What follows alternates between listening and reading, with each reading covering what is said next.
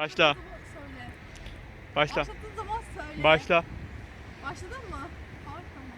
Evet, herkese merhaba arkadaşlar. Görüyorsunuz ki Varşova'dayız. Şu müthiş şehre bakın. Kolumda çantam var. Arkadaşlar, burası Polonya'nın başkenti, görüyorsunuz. Her şeyi bilmek zorunda değilim. Tarihi açıdan.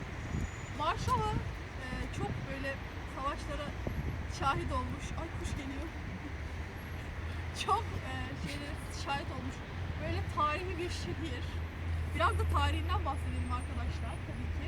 Varşova Paktı'ndan da bildiğiniz üzere Varşova kendini sonradan tamamlamış bir Avrupa şehri.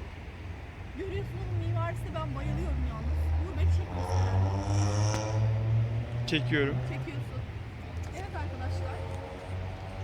Burada Urfalı'ya benzedim. Gönlüm geçmez güzelden şarkısını.